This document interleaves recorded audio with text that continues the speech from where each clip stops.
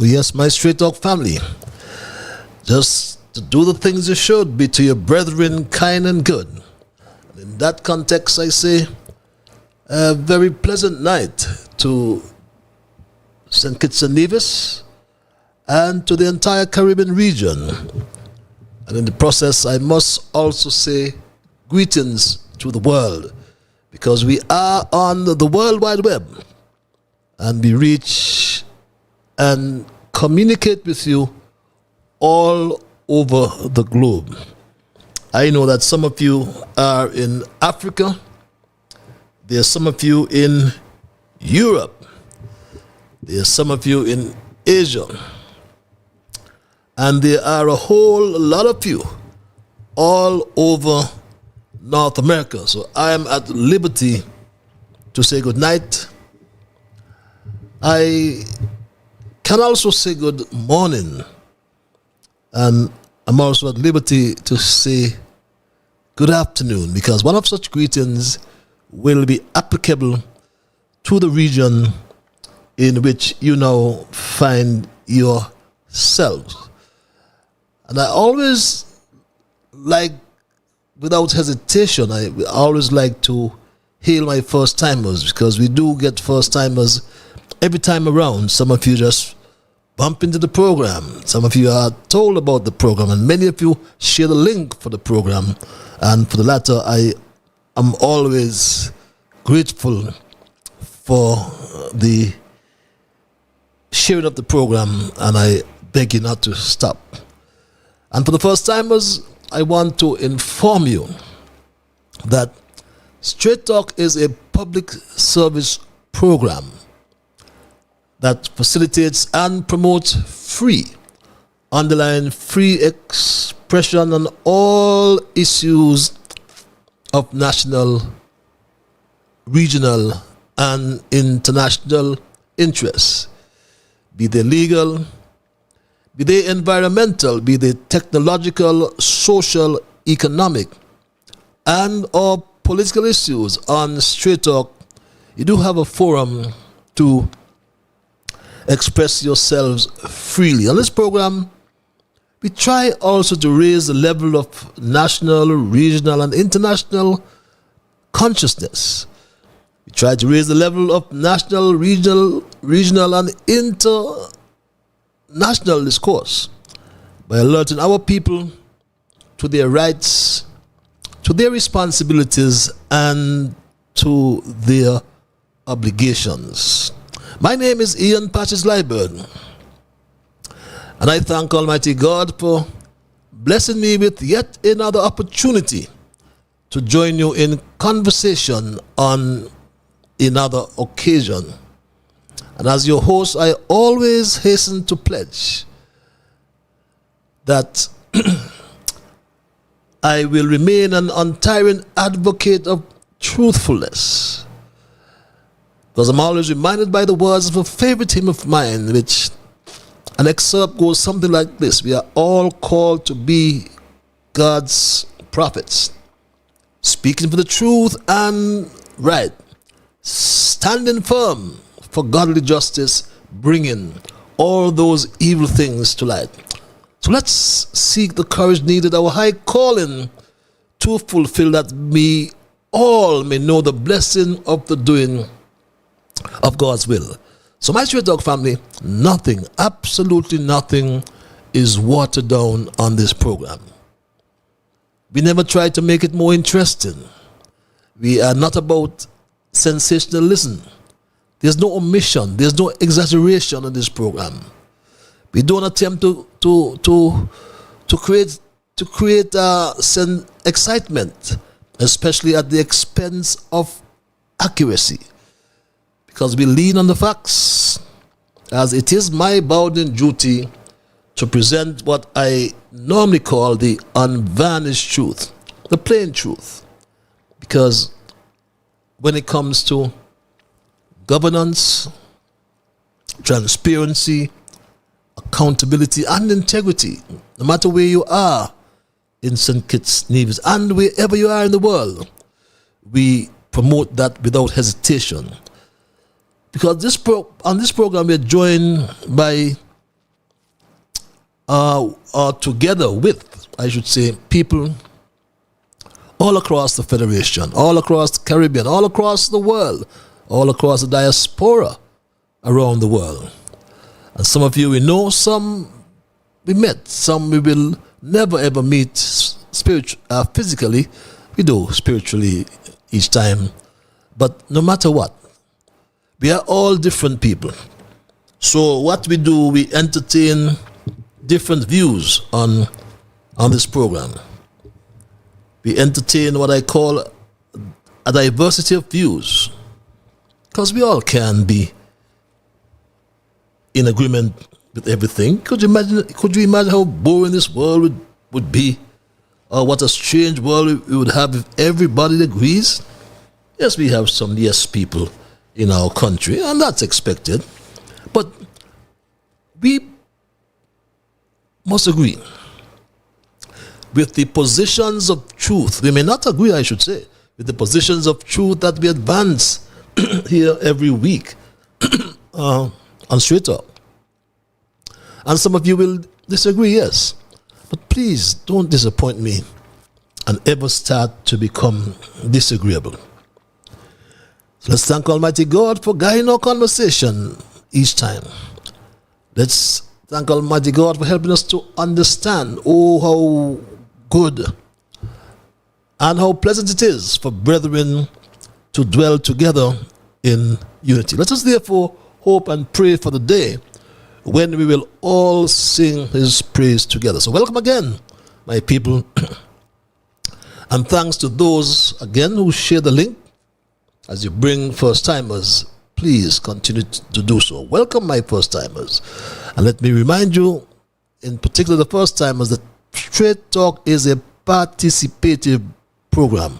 By that I mean we include your calls, we include your emails, and if you're so minded, call in. The numbers are on your monitors. 646-829-6672. That's the overseas number.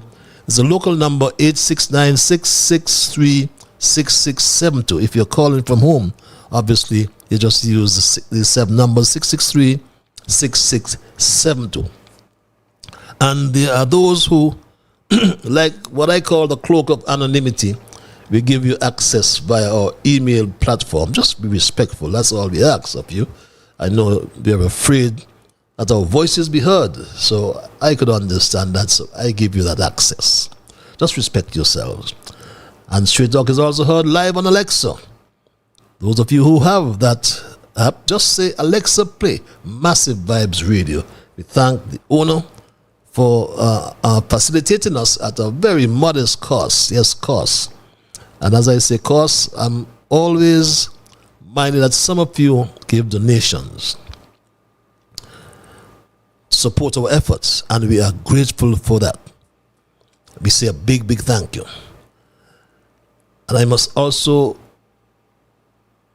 assure you or reassure you that your donations mean a lot to the upkeep of this program. So please don't stop. It helps us to continue this, what I call, very important public service. It's a public service. So others who wish to donate can simply scan the code on your screen to access a payment form. The process is a very simple one. I haven't been following the donations, but I trust that you are continuing your donations and helping us to keep the dialogue alive. I must also say a special welcome to my junior brigade: Jasmine, Young Dwayne, Tristan, Shama, Kevin, Rue, Travis, Travon, Soraya. If I ever forget my grandson Neema, I would be in trouble, believe it or not. And how about that special lady in St. Louis? Greetings to all of you.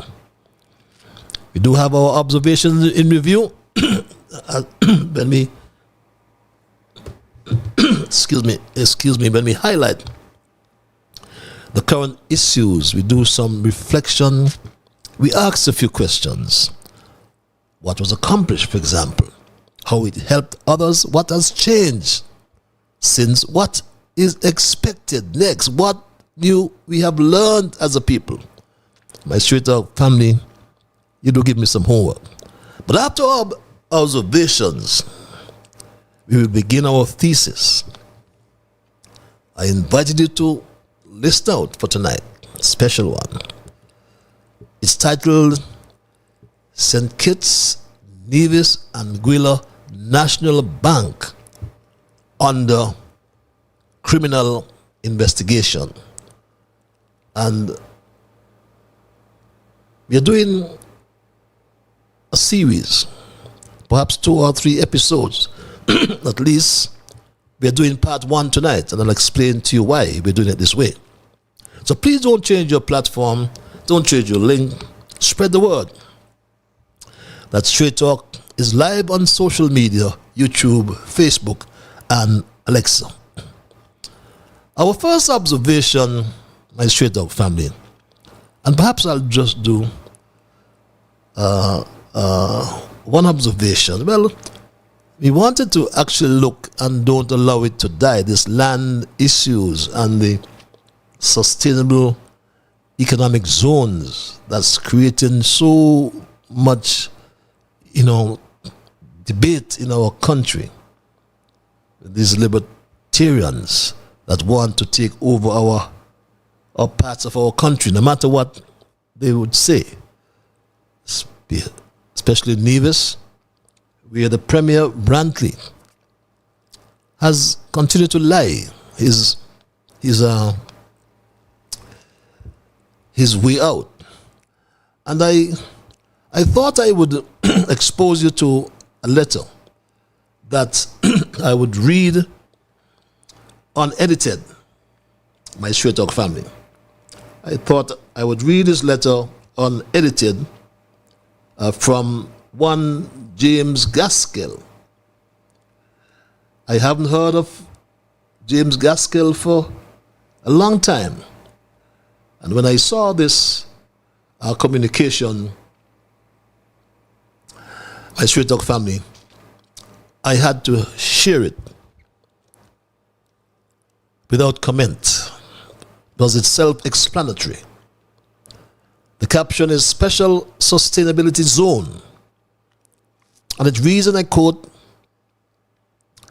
I thought that I had retired and had written my last article for the newspaper, but there is such a stir about the SSZ that I would like to make a balanced contribution. So here is. And just for the younger ones, James Gaskell, I believe he was deported some many moons ago by Robert Bratch, an English lawyer by profession. But he did some investment in Nevis some time ago, long time ago, and he has retired. His commentary reads, and I continue. The Federation has a fragile economy. Our government have talked about the need to diversify out of sugar, out of tourism, and out of the CBI program for decades.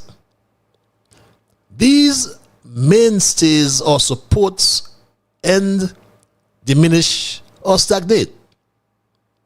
If we are hit by one of these new and major hurricanes, we could suffer damage difficult to recover from. If we are hit by one of these new and major hurricanes, I just read that we could suffer damage difficult to recover from. The US is turning on itself and is less and less likely to engage in overseas repair work.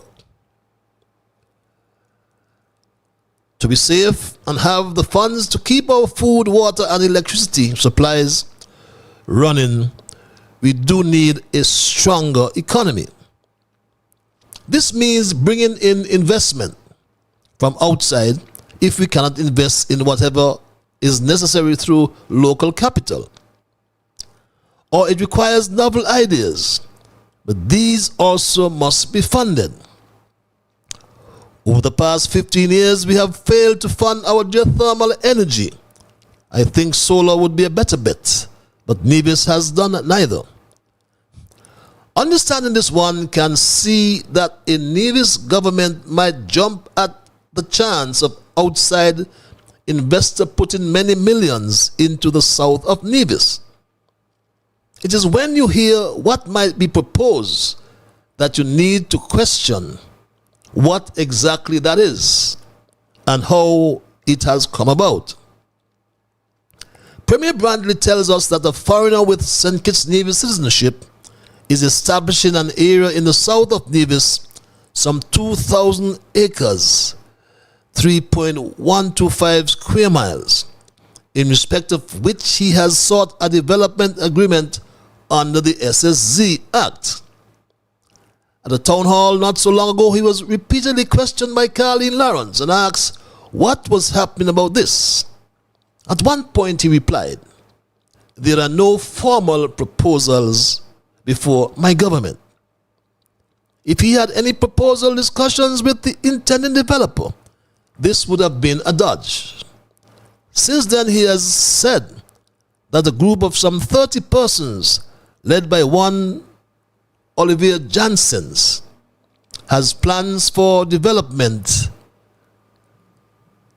of the southern part of Nevis, and that there will be many villas and 3 hotels and permanent employment for thousands of people, which he hopes will encourage citizens to return.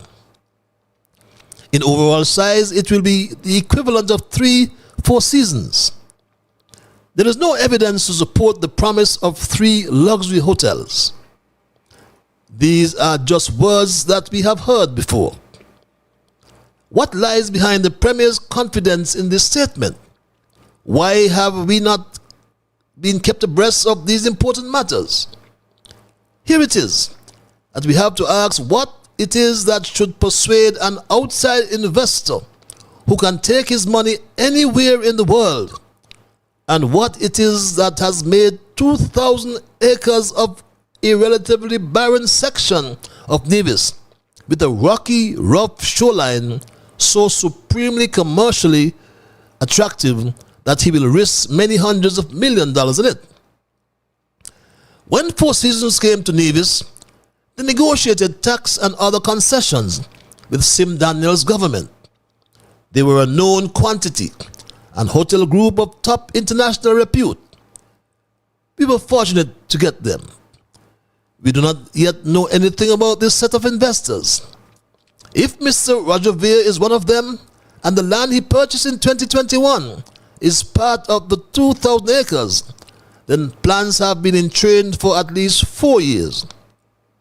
Now, it is inconceivable that outside investors intending to lock up hundreds of millions in this small island would not have had discussions with and demanded a great deal from our government.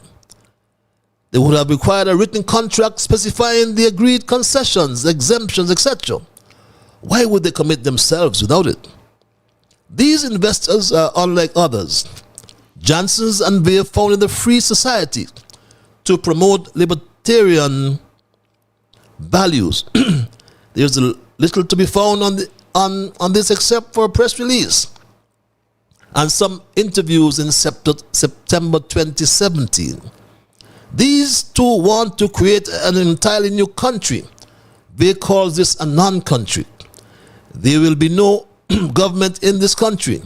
It will be built on principles of anarcho-capitalism.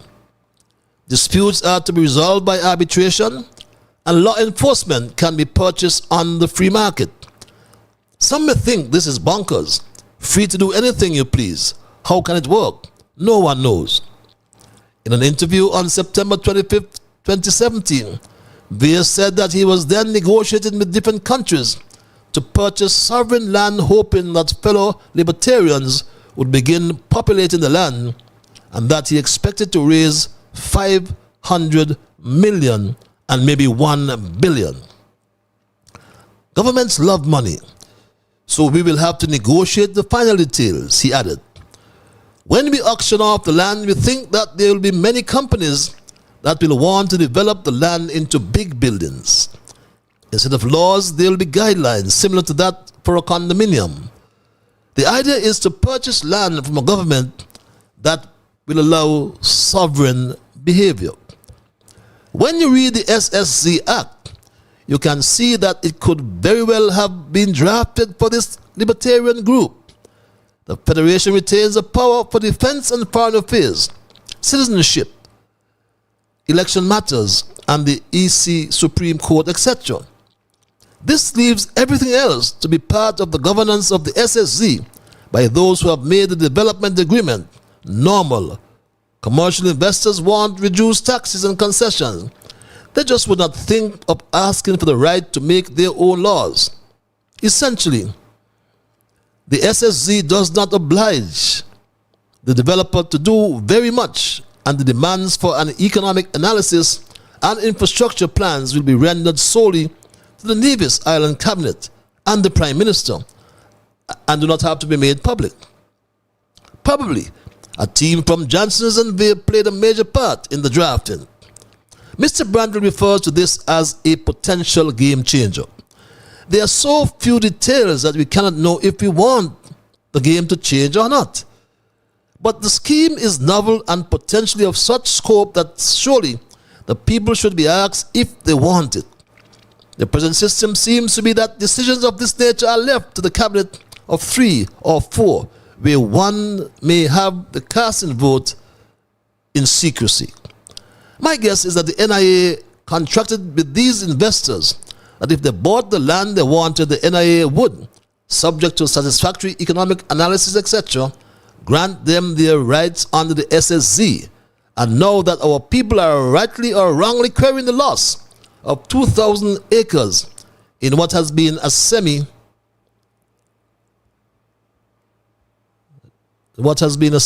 just skipped that. I just skipped that. I'm sorry, my dear.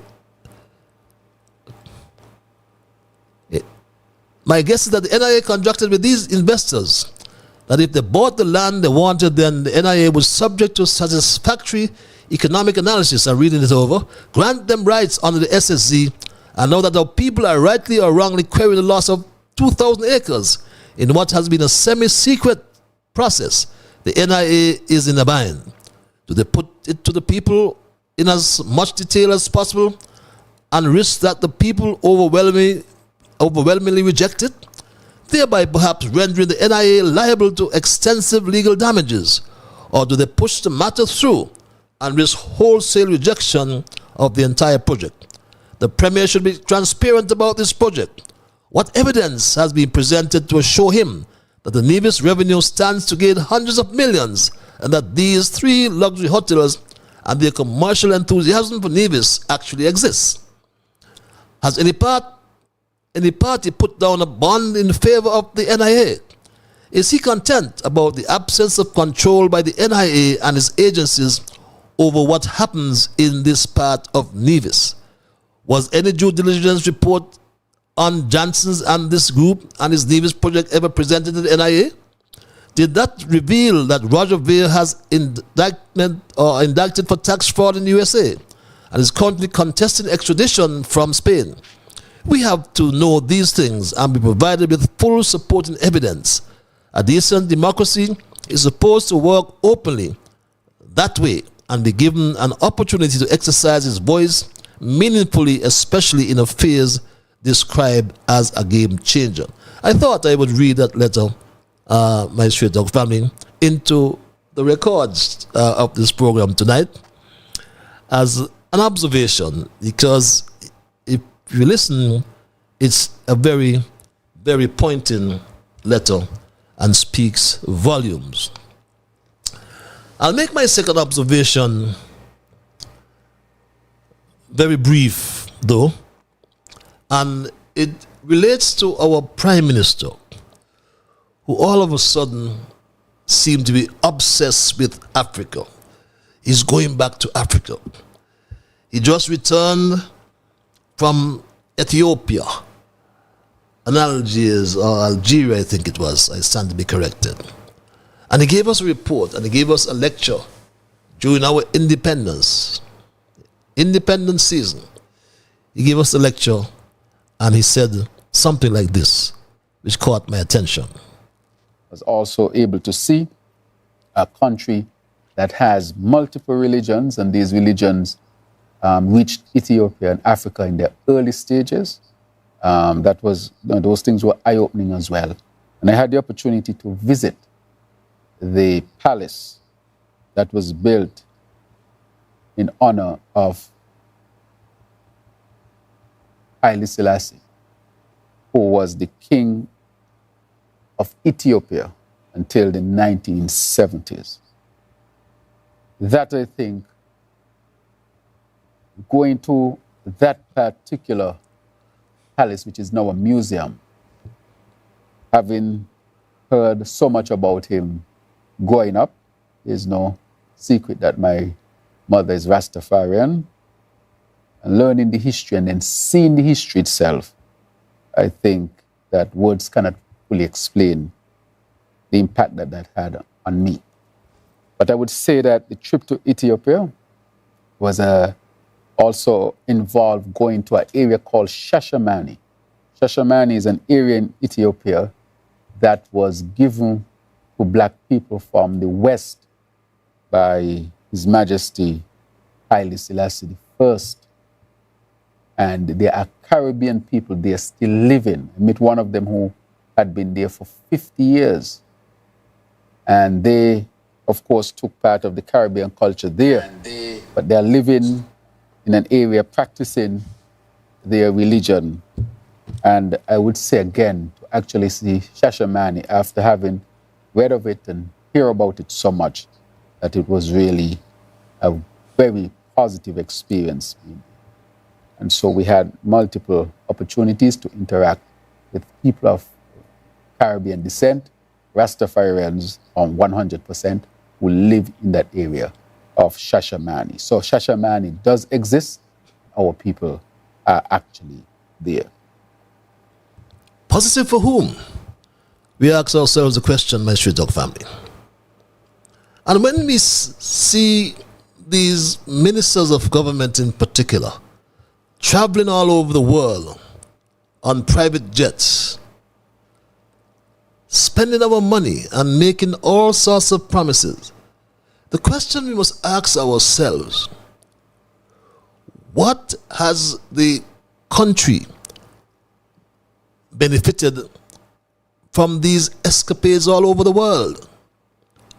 What benefits have derived from Jew going to visit the Haile Selassie palace that's turned into a museum? What we care whether his mother was a Rasta or not? What has that to do, Terence Michael Drew, with the cost of bread, the rising cost of living, with water being scheduled all around the island?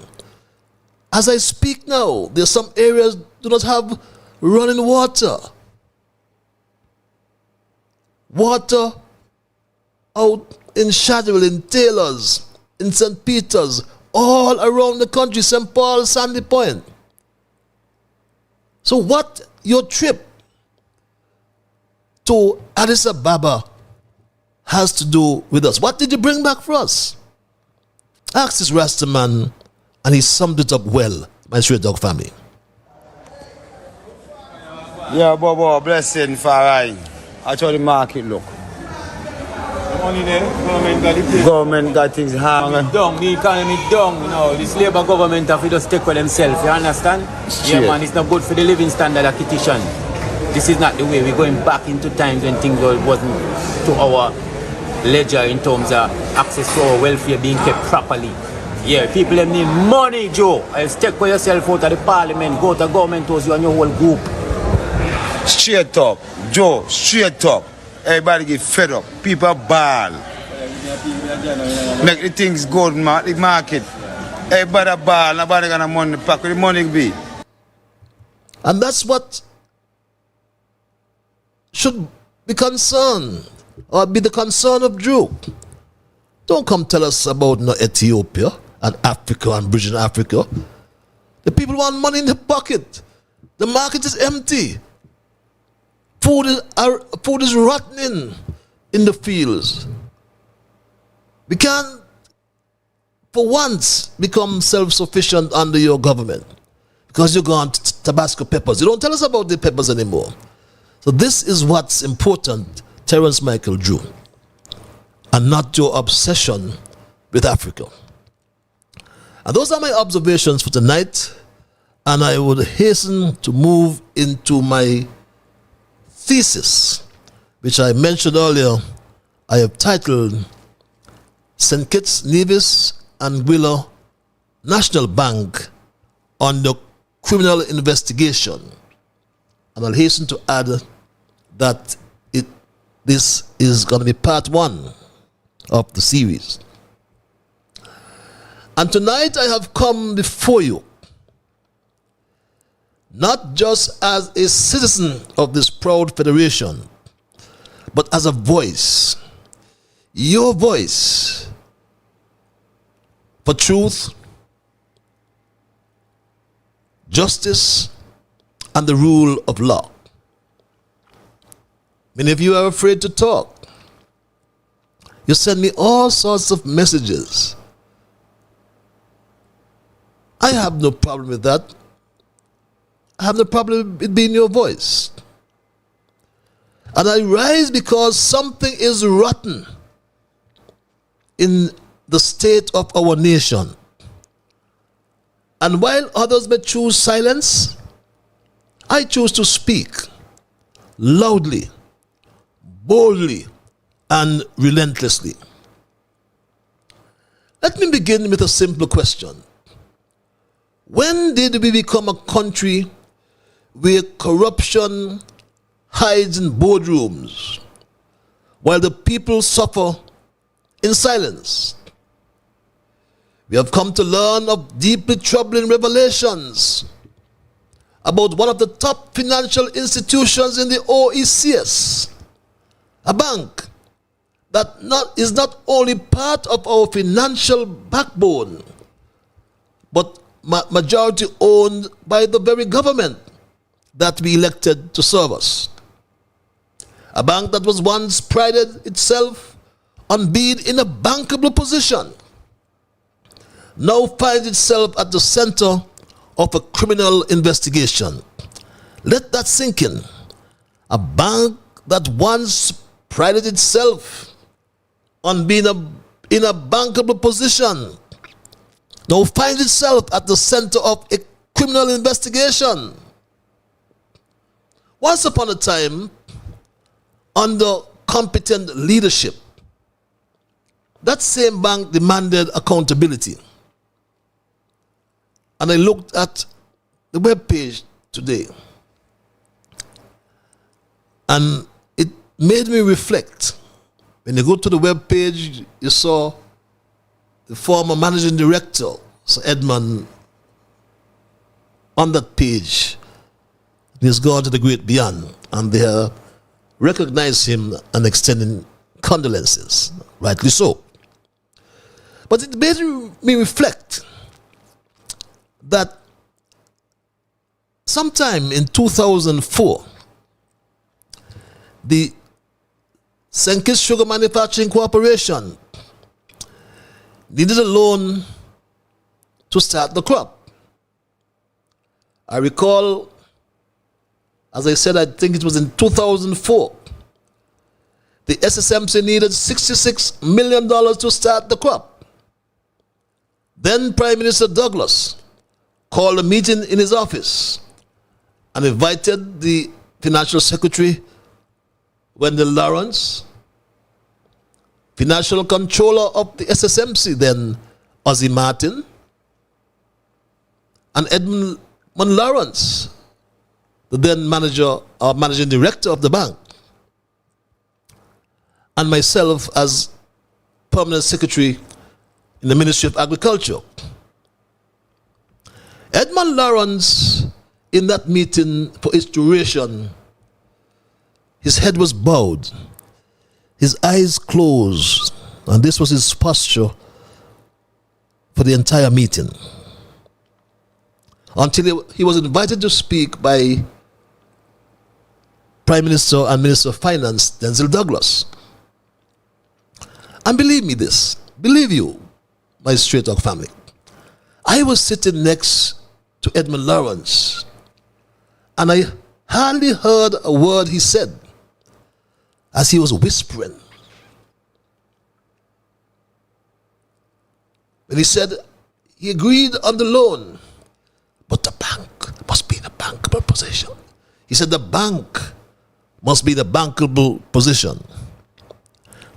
Arising out of Edmund Lawrence's position came a loan agreement, and collateral was posted by the SSMC.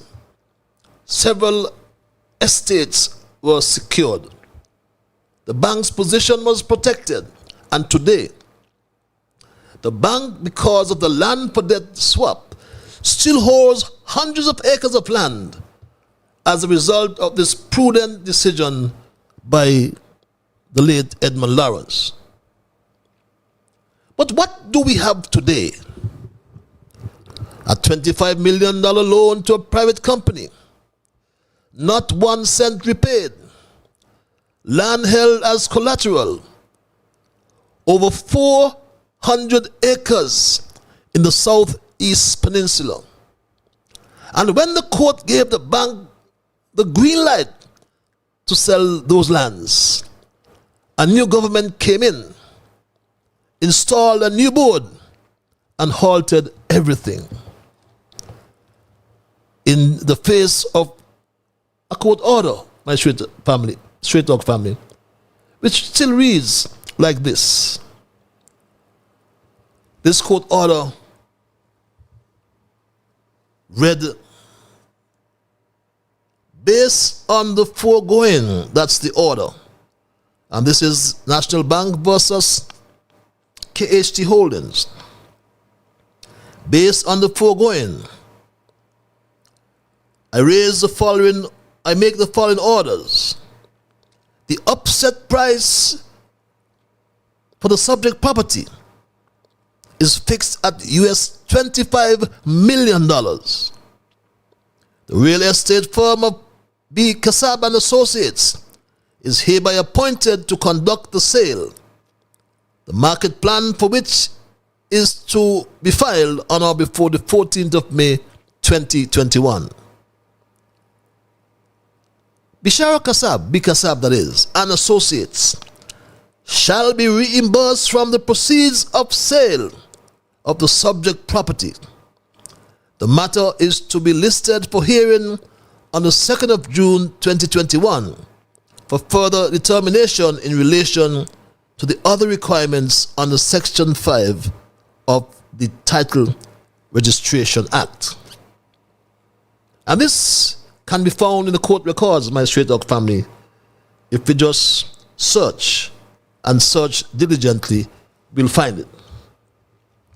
That same private company, Christopher Harbour, also owes the SID $16 million, and not 1 cent was paid. And there's a letter written to Christopher Harbour that I will share with you subsequently. And what did the Terence Michael Drew administration do? They shut down efforts to recover the money that belongs to the people of St. Kitts and Nevis. Your money, my money, our children's money. And now, we have confirmation from none other than the Office of the Director of Public Prosecution that a criminal investigation has been launched. Let me repeat that. A criminal complaint was filed against the bank. It alleges serious violations of the Anti-Corruption Act of 2023 and the Banking Act of 2015 as amended. The file was sent to the police on August 19, 2025. My fellow citizens, this is no rumor. This is no whisper campaign. This is the truth. And the truth has no agenda. It just is. So tonight, I place on to the public record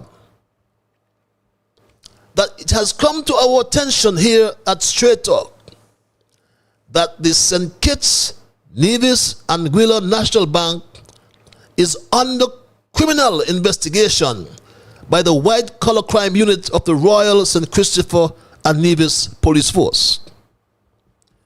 This investigation stems from a 31-page criminal complaint filed at the office of the Director of Public Prosecution, Adlai Smith, on June the 20th, 2025 by a local company.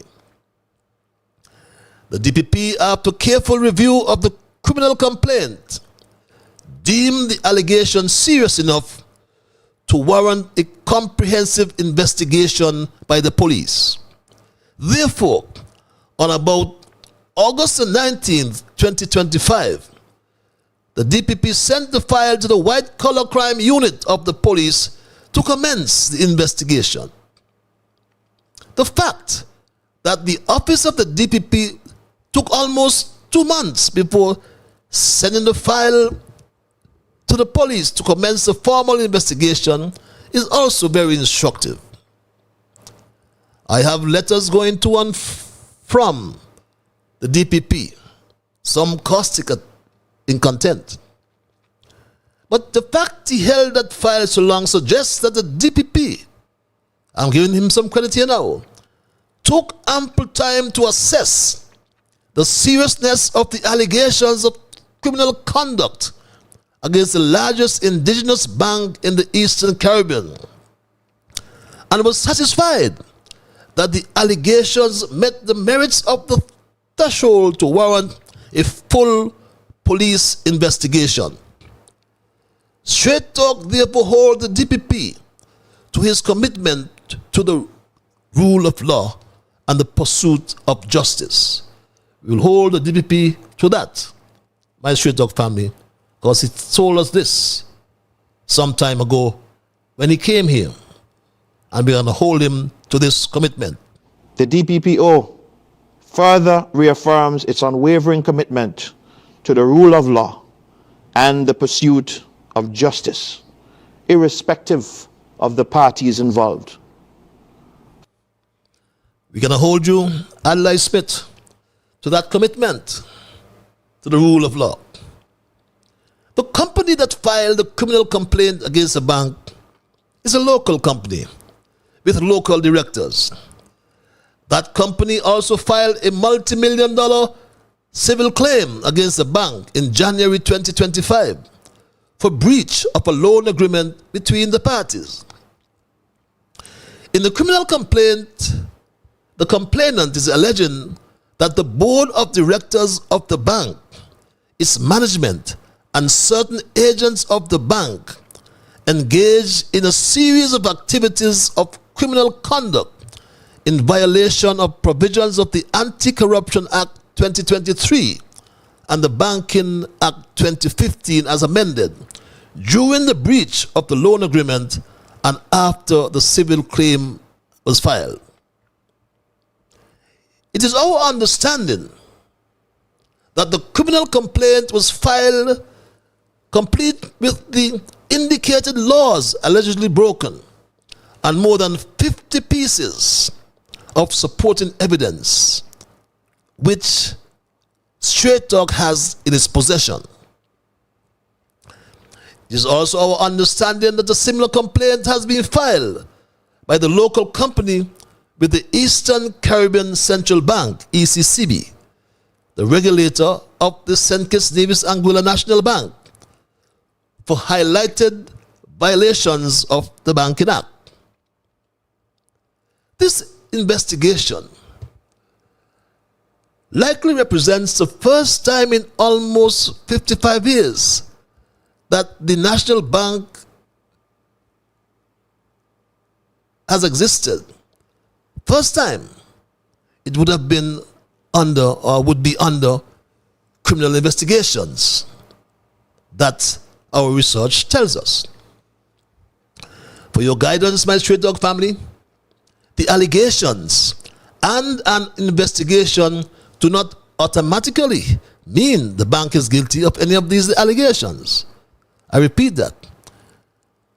The allegations and investigation do not automatically translate into a guilty verdict of the bank, or doesn't automatically mean that the bank is guilty of any of the allegations. They are just allegations.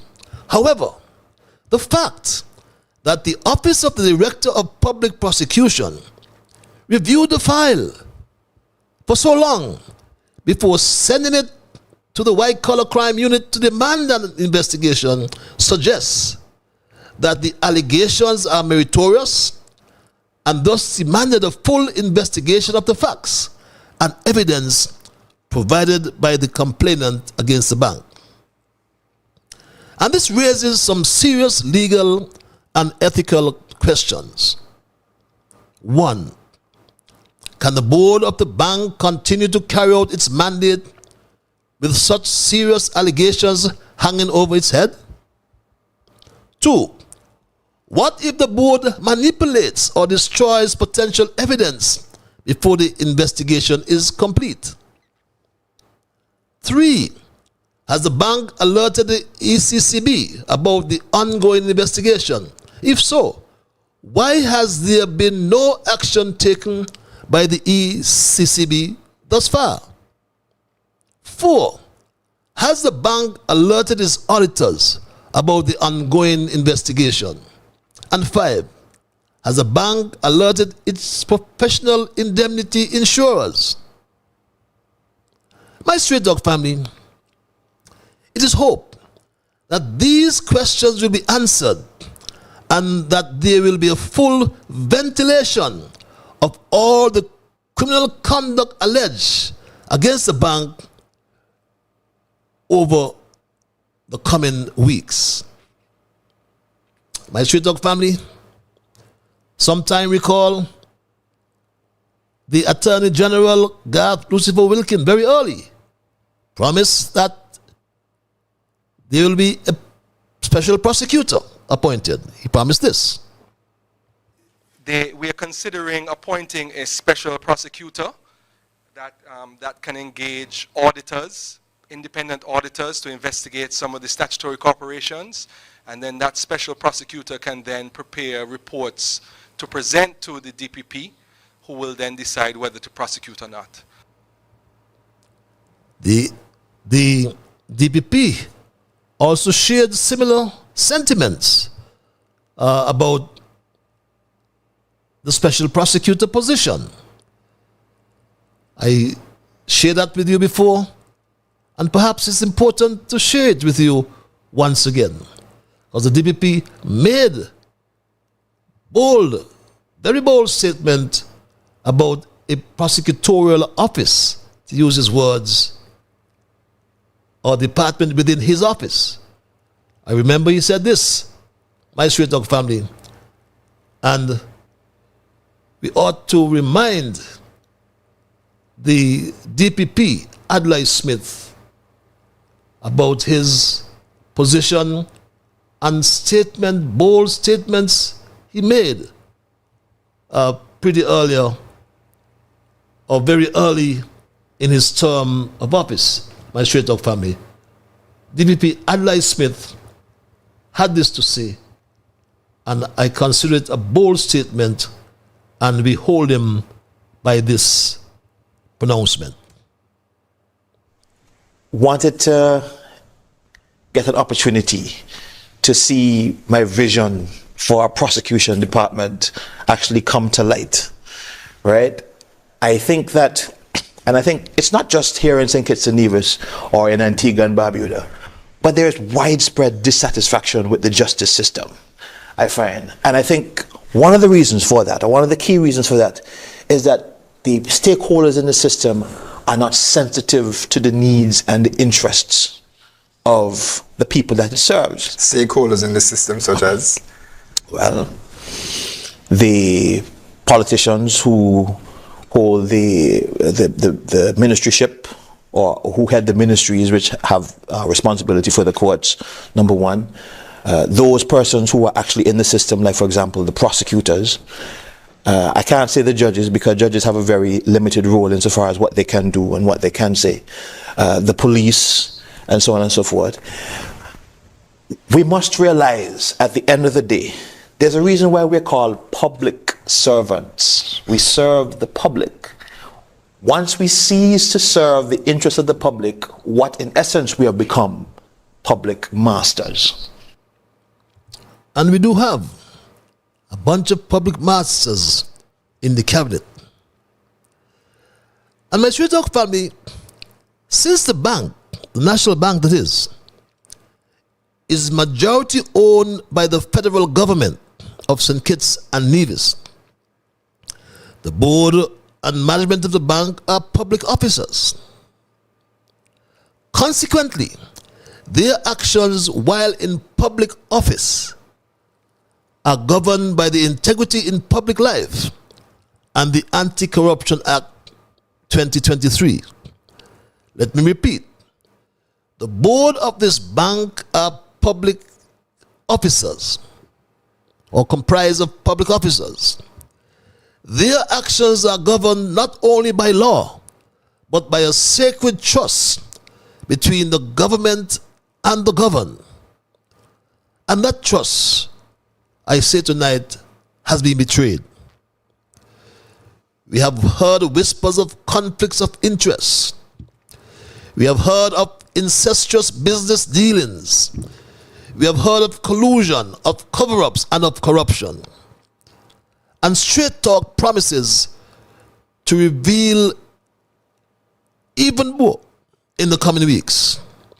But tonight, I say enough is enough. We must demand an independent commission of inquiry into the dealings of the bank, a full public disclosure of all government laws and financial arrangements with private companies over the last 10 years must be provided. Immediate suspension of any board member or public official under active investigation. And there are two. I'll tell you who they are. And recovery of every cent that is owed to the people of this country, regardless of who the borrower is or how high up in society they sit. Because no one is above the law. Not ministers, not board members, not the connected few. This isn't just about a bank. It's about governance. It's about transparency. It's about accountability, my Straight Talk family. It's about a government that tells its people to tighten their belts while they loosen the rules for their friends.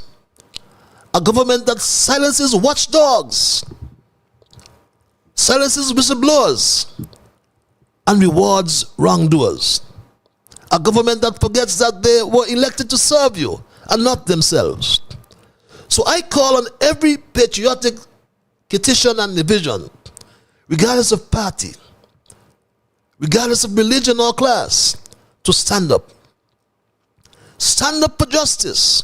Stand up for accountability. Stand up for your children and your country. We must fix this. And we must fix this now. Not tomorrow. Not after the election. We must fix it now. Because when public money is lost, it is the poor who suffer. When justice is delayed, corruption grows bolder. And when the people remain silent, tyrants prosper. But tonight, the silence is broken. The people are watching. The people are waiting. And the people will not be fooled again. The St. Kitts, Nevis, and Anguilla National Bank operates like a government department. Imagine the Minister of Finance negotiates with the borrower on behalf of the bank. How could that be? How could the Prime Minister and Minister of Finance negotiate on behalf of the bank? That has to be impossible, my Straight Talk family. With respect to the Christoph Harbour, we are in a MOU with a very reputable company in terms of that company. The CEO for that company was here over the Christmas period to do due diligence, to see it and so forth. They're very impressed. The negotiations are very, very advanced. I would say that the end of February, I will have an announcement to make with respect to Christoph Harbour. I will have an announcement. And he made that announcement. 5 months later, the Minister of Finance and Prime Minister reported to the Federation that the Buddy Darby family, Safe Harbour Marinas LLC, and the government of St. Kitts and Nevis negotiated nearly 25,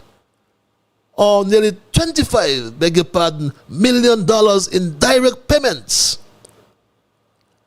which are only a part or a portion of the sale price. He said this. It's lost.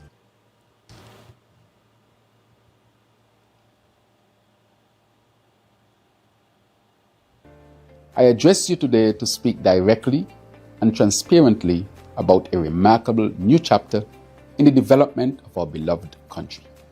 I refer, of course, to the official sale of their marina assets and operations at Christoph Harbour to the world-renowned Safe Harbour Marinas LLC. This move was not hasty. The Darby family, the government of St. Kitts and Nevis, and Safe Harbour Marinas engaged in detailed, respectful, and accountable negotiations, resulting in a sale that benefits the people of this country in tangible, measurable ways. After meticulous negotiations, this government has secured direct payments of nearly 25 million Eastern Caribbean dollars from this transaction. These direct payments, which are only a part or portion of the sale price, are funds that are going straight back into our public institutions, settling long-standing debts and restoring financial order that was lost. So we ask the question, my Straight Talk family, to whom has the other part or portion gone to? How can Terrence Michael Drew negotiate on behalf of the National Bank? Remember I told you disposal of the assets was subject to a court order. Yes, my Straight Talk family, I told you this. The assets, the marina, with collateral for 430 acres of land, was subject to this court order, my Straight Talk family. But I want to say tonight that this is part one of the story. But Straight Talk tried to contact Terence Crosman, the managing director of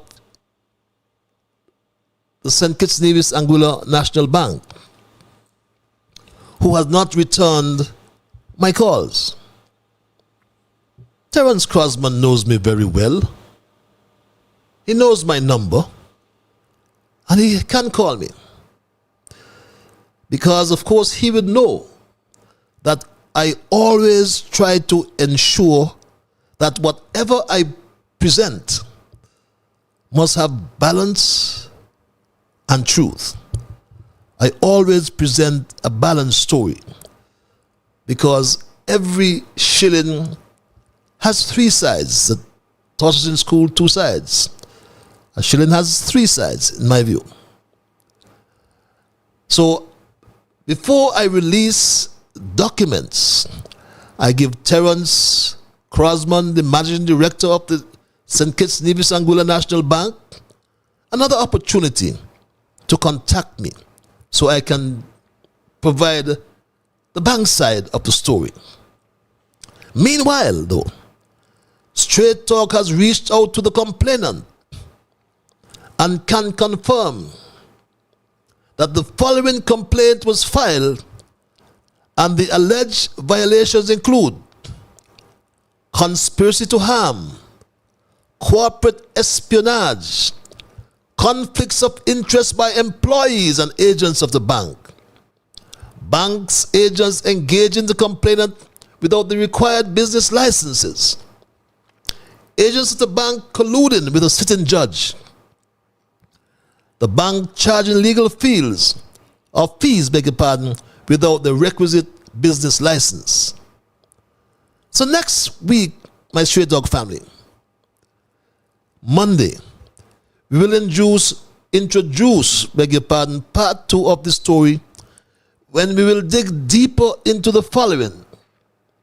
1, we will expose the name of the local company, allegations of what damages was done to it by the bank.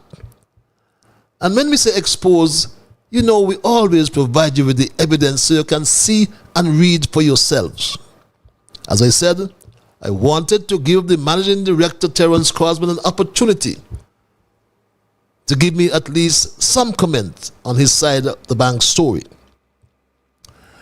But come Monday, we will also provide you with evidence of the alleged conduct and name of the board members and agents of the bank. And 2 of them feature prominently. I'm almost tempted to give you their names tonight, but I will wait until Monday to get an opportunity of a comment from Terence Crosman. The allegations of conflicts of interest involving the bank agents and other businesses, I will provide you with that evidence as well. The allegations of collusion with the bank lawyers and the sitting High Court judge. Allegations of illegal fees charged by the bank. Allegations of bank agents operating without the legal licenses. And allegations as to why the bank did what it did. We have all those evidence, or pieces of evidence, I must say. So in part 2, come Monday, whether Terence Crosman returns my call or not, Straight Talk will provide the written documentation from the company filing the complaint. Written documentation, from the Office of the Director of Public Prosecution, Adlai Smith, and written documentation from the White Collar Crime Unit of the Royal St. Christopher and Nevis to factually confirm that the St. Kitts, Nevis, and Anguilla National Bank is under investigation. God bless you in the meanwhile, my Straight Dog family. God bless St. Kitts and Nevis. And at the end of this investigation, it is hoped truth and justice will prevail in this our blessed land. And that's my story tonight, my Straight Dog family, and I am not going to change it. But Straight Talk will provide you the written documentation. You will see it for yourselves come Monday. But like I said, in the spirit of transparency and balance, I must talk with the Managing Director, Terence Crosman, as long as he wants to talk with me. That's my story tonight, my Straight Dog family, and I am not going to change it. I'll open the lines and entertain your calls and your emails. And when I do so, and I'll do so momentarily, I anticipate that you will respect others. And of course, to achieve that, you must first respect yourselves. Let us try to be fair to all concerned. Let us ensure that the things we say and or do will be beneficial to all concerned.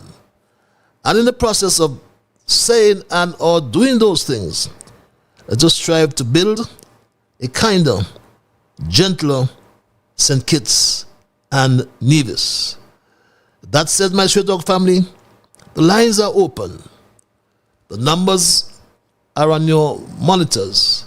I listed them before. 663-6672 is the local number, and 646-829-6672 as well, my Straight Talk family. Those are our numbers. We will go to the lines anytime now, my Straight Talk family. And trust, my numbers are up and running. I did not check them before.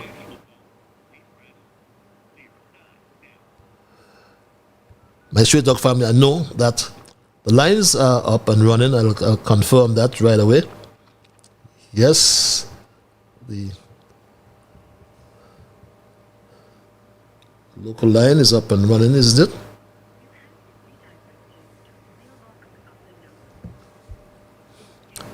Okay, my Straight Talk family, I overlooked, but the lines are of my Straight Talk family. 663-6672 the numbers. It's an oversight. I did not do a telephone check before I came on here, oversight, but I'm sure that they are working. I'm just trying to ensure that is correct. And if you have just joined me, our thesis we are looking at tonight, it's titled St. Kitts, Nevis, and Guilla National Bank under criminal investigation. And we can confirm that the white collar criminal unit has confirmed, do have the written confirmation that this is in fact the truth.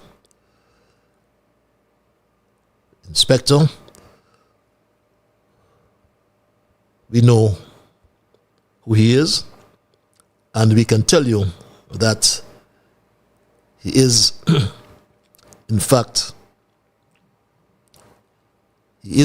on the case, and we trust and hope that everything will come to light sooner rather than later, my Straight Talk family.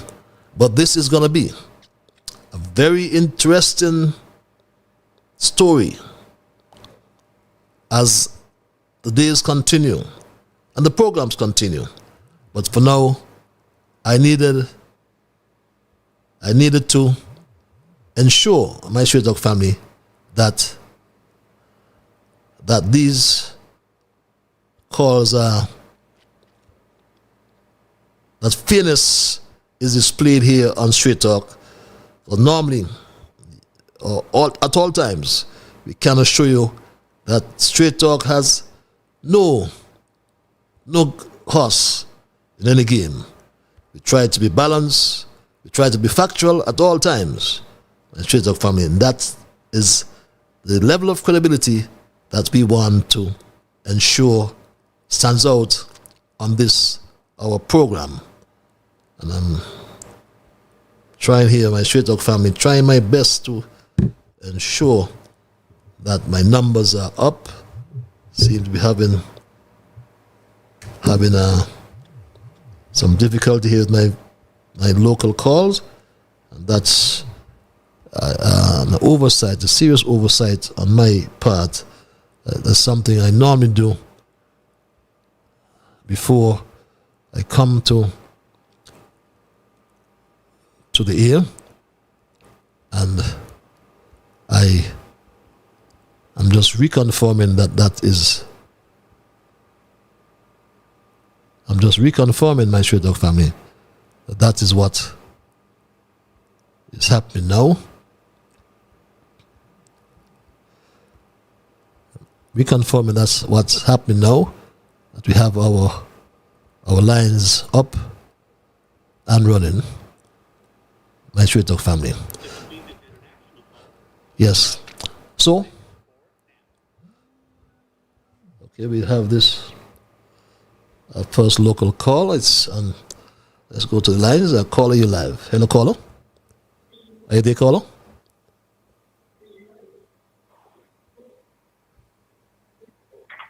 Are you there, caller?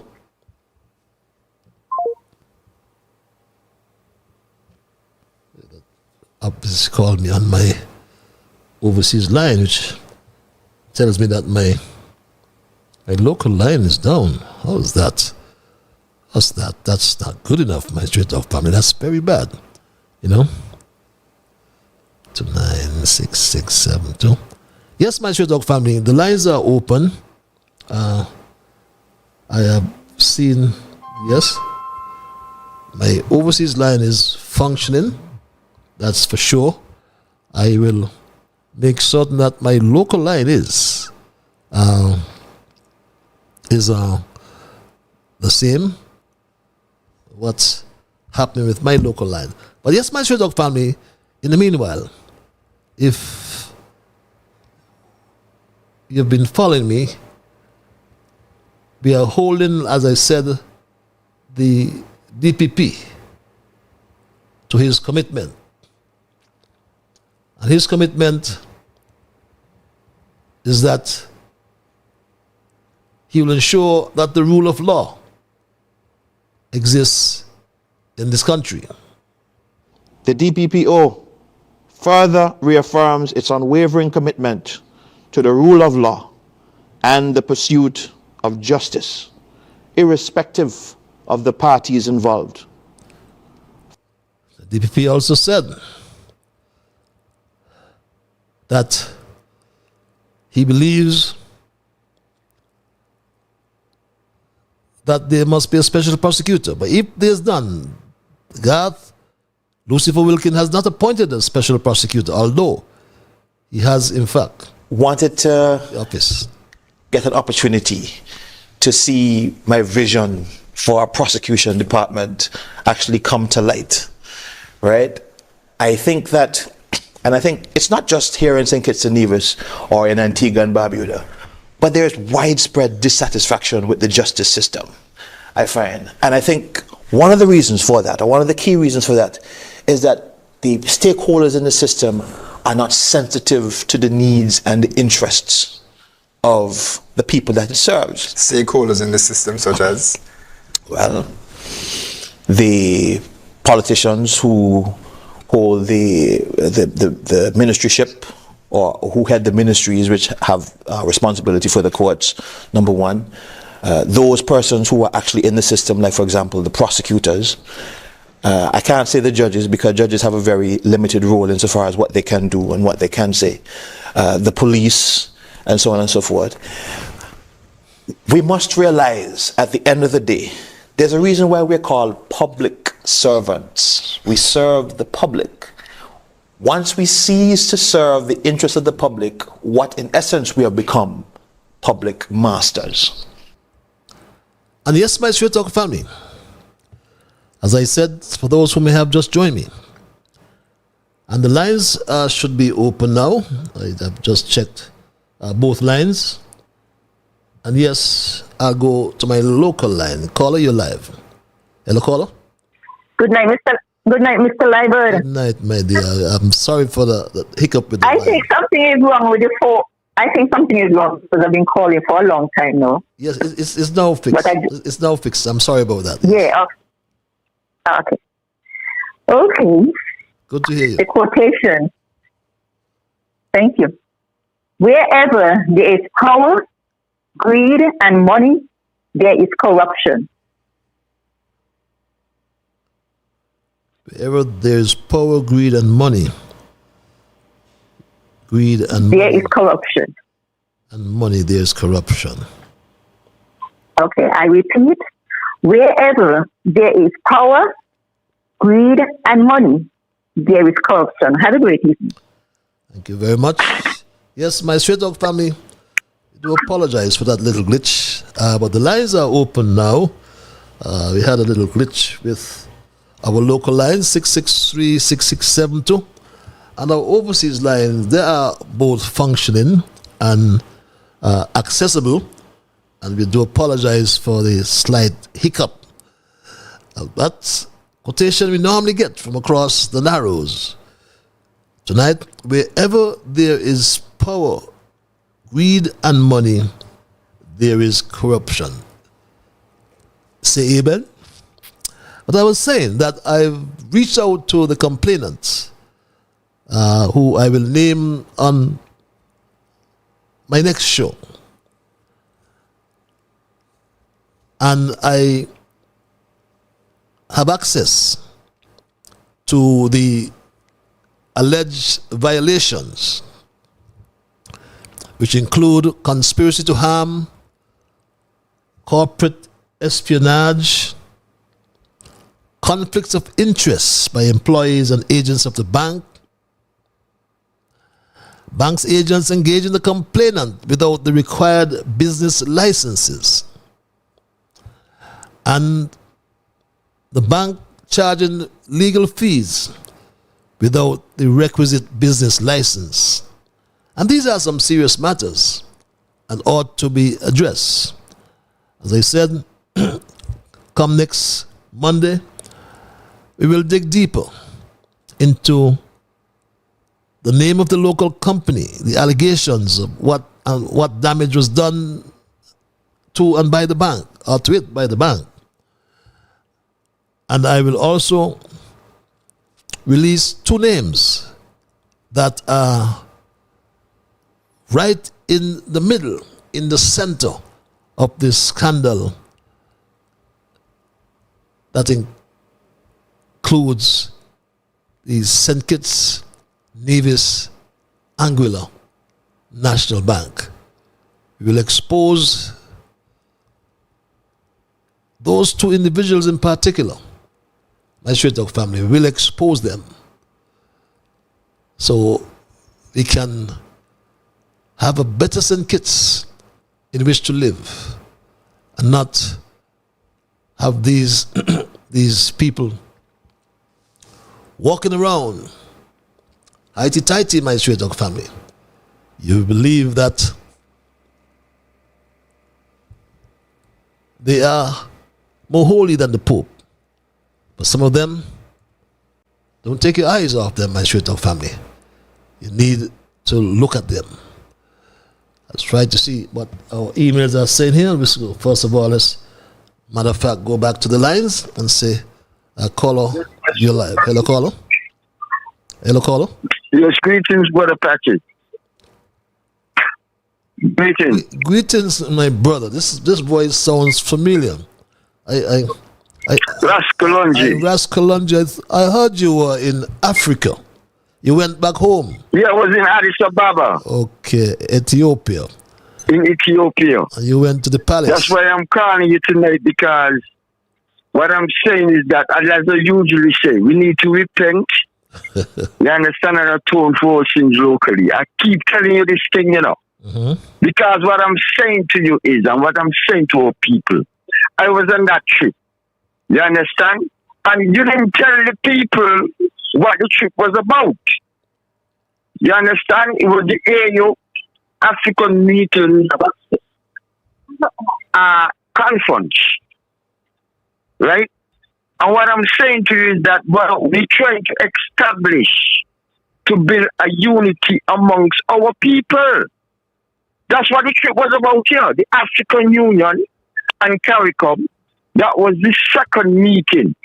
The first one was virtual because I think it was in 2021 when you had the pandemic. So it was done virtual. This one was the first face-to-face, right? 2025 year of reparation, justice for Africans and people of African descent. True reparations. This was a historic conference, my brother. The Prime Minister, our Prime Minister, was the co-chair with the President of Angola. So, I'm saying to our people, we are building bridges, we are weak. You know, the unity that our people had before we were kidnapped and brought to the West. You know, this was a historic and significant gathering of Africans in the Caribbean and Africans on the continent. But let's. No, I'm a member. I'm sorry to interrupt because you're repeating the same things. We know it's historic, right? But the questions that the average man on the road is asking is, what has that got to do with the cost of living in St. Kitts? Does that affect them? Have you listened to the soundbite I played with the guys in the market? How does that affect them? Yes, I listen, but what I'm saying to you, I told you already. The sluggishness in this economy is not our fault. It's a geopolitical situation. So what is the Prime Minister doing about that? Or anybody for that matter? Okay, good. That's why the conference was historic. We're trying to make new links. You understand? So the global African community could see for themselves. My brother, this is what this thing is about. I am hearing that for a long time. And you know, although I'm not a pessimist, it's a process. I'm not. Yeah, but it's a long process. I heard the Prime Minister himself say that it may not even materialize in our lifetime. So what are we going to do in the meanwhile? But the point, so if it is a possibility, wait, let's talk one at a time. I'll let you talk after. If it is a possibility, it won't happen in our lifetime. So what are we supposed to do in the meanwhile? That's the question we ask. What we're supposed to do in the meantime, you got to look at the geopolitical situation, because I'm telling you, the process might quick up faster than you think based on what is happening with Mr. Trump. I'm going to show you an example. Look at India. Trump puts tariffs on India. Where's India now? India went to China. You understand? We got to understand what is happening, my brother. Yeah, but I'm asking you again. You went to Ethiopia, and I'm happy that you went to this high delegation and to this historic meeting. But in the meanwhile, I'm asking you, how are we going to address the issues we have here in the country? How are we going to address them? Good. Let me ask you a question. No, I ask you a question. Who's causing the inflation? Where the inflation is coming from? The inflation is global. So we know that. But how are if we know that, how are we going to solve the problem? We need to solve the problem. We have to repent because we have sinned against each other, and we need to unite locally. Okay. I'm telling you that long time. Okay, my brother. It's not new. Okay, my brother. What I'm saying, we got to stop. We got to be on the right side of history, my brother. Okay. The former Prime Minister Timothy Harris said, COVID mash up the economy. He said, stay at press conference. When people got, you see what I'm saying? I said to the Prime Minister, on a former program on freedom, stop blaming Timothy for the economy. It's COVID mash up the economy. And we all know that, to tell the truth. Okay, my brother. But I'm saying to you, my brother. Repent. But we need to unite. That's the only way we can survive, my brother. Okay, got you. Good. So I'm saying the trip to Ethiopia was historic. I didn't go to the palace. I didn't go on that. I was somewhere else. You didn't make that team. Those were for the bigger boys. No, what happened is that I was at a different location. Okay. Talking to Caribbean people. There was a different meeting. Okay. I was supposed to go to the palace and relax, but we had bad weather, so I couldn't make it. Okay. Because I love to go to the palace. Okay. You know? But I'm saying, we got to tell the truth to our people. That's all I'm saying, my brother. You know? Okay, but this was a historic gathering. I'm going to take up no more of your time. But we're going to say love one another and respect one another. We got to unite. Okay, my brother. Thanks a lot for your input. Good to hear your voice. And good to hear your yeah, man. Yeah, that you're back. We miss you. Thanks a lot, my brother. And as we said, the questions asked by the people who are here. Yes, the Prime Minister said this.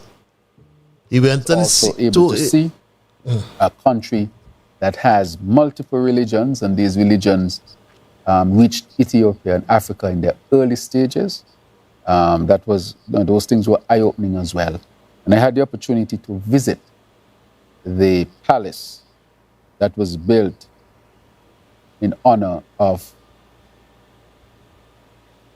Haile Selassie, who was the king of Ethiopia until the 1970s.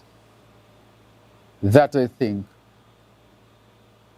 going to that particular palace, which is now a museum, having heard so much about him growing up, there's no secret that my mother is Rastafarian, and learning the history and then seeing the history itself, I think that words cannot fully explain the impact that that had on me. But I would say that the trip to Ethiopia was also involved going to an area called Shashamani. Shashamani is an area in Ethiopia that was given to black people from the West by His Majesty Haile Selassie I. And they are Caribbean people. They are still living. I met one of them who had been there for 50 years. And they, of course, took part of the Caribbean culture there. But they are living in an area practicing their religion.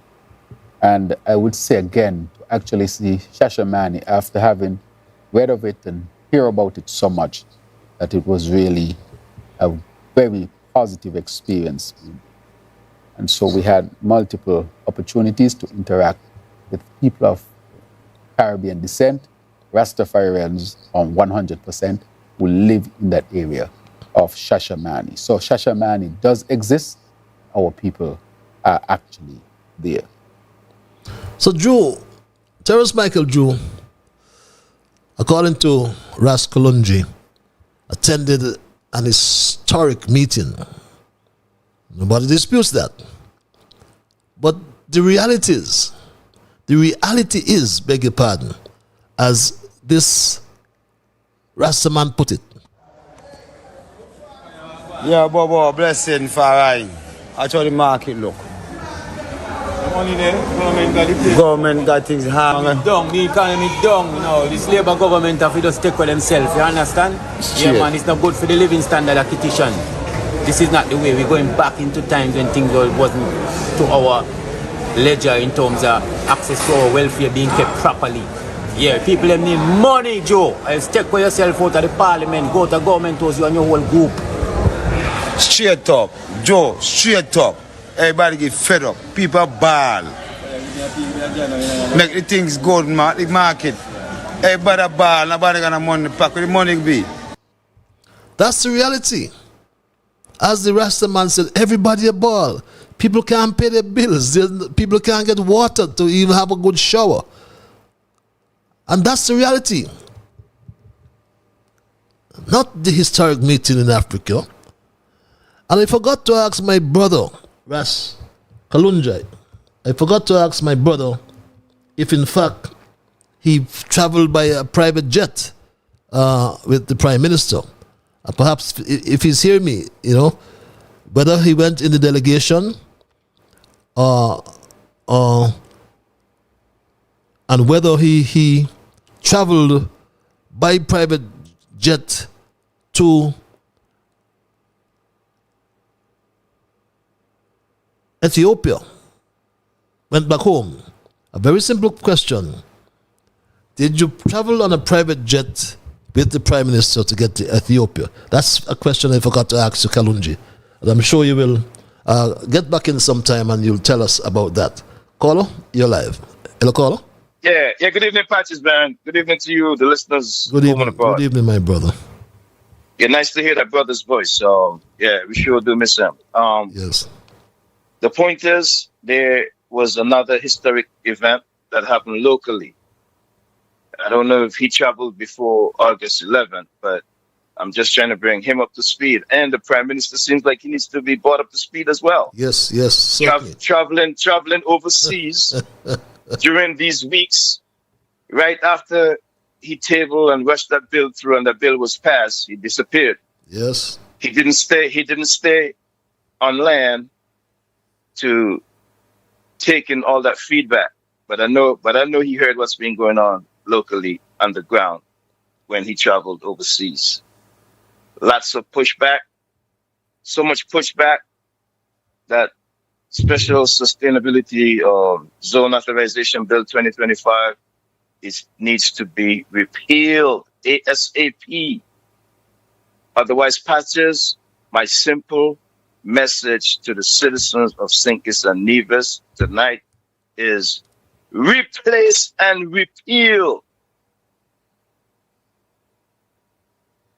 If these politicians who we put there don't listen to us, 2 years to go or thereabout, replace and repeal, just like the people in Honduras did. Quick question before I get off. As you brought them comments about that investigation, that criminal probe, my last comment or question to you, Patches. With all what's in the public domain about the Southeast lands in Nevis, all of the conflicts of interest, should there be a criminal probe by the DPP office? Where are the lawyers on the ground? Is there any legalities with those lands over there on the southeast side of Nevis? Persons, lawyers especially, somebody that are looking to file a criminal complaint to the DPP office. St. Kitts and Nevis people keep pushing back. We got the power in our hands. Patches, I hope you've seen what happened in Nepal over the weekend. The people forced that leader to resign. And so much other stuff happened in the street. They stormed that government building. We're not a violent society in the Federation of St. Kitts Nevis, but when the revolution comes, it might just turn violent. Me personally would need to see peaceful demonstration in St. Kitts and Nevis happen before it gets to that point. Pressure bust pipe, we need to designate a peaceful protest day to relieve the people in the Federation who is pent up because a lot of persons in SKN is angry. And I'll leave it there tonight. Thanks. Well said, my dear brother. Well said, and always thank you for your interventions. And I echo that sentiment in terms of criminal investigation, especially when it comes to Mark and Mama Brantley, as I call her, right? That needs to be investigated as well. This email reads, when I heard the Premier paying homage to the late Sir Edmund Lawrence, he was not serious.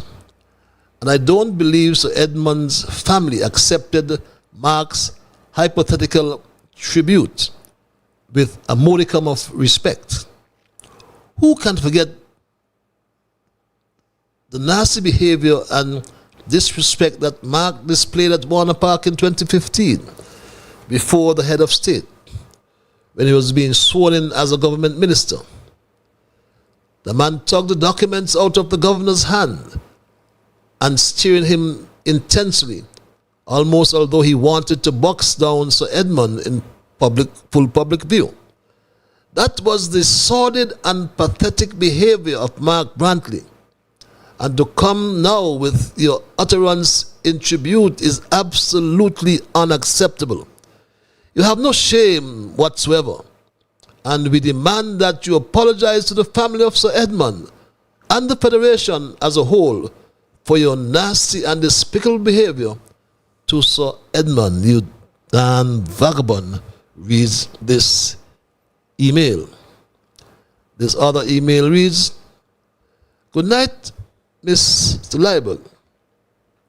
Let me say, the people of the Federation of St. Kitts and Nevis, to the people of St. Kitts and Nevis, at home and abroad, we thank you and appreciate you for being that strong voice for all of us. We want to say a big, big thank you. Mr. Liebel, people are seriously afraid of the government that is in power at this time. The government continues to be a potential threat in all aspects of our citizens' livelihood. I agree. We must fix it and fix it now. Yes, the people are tired and are suffering, Mr. Liebert.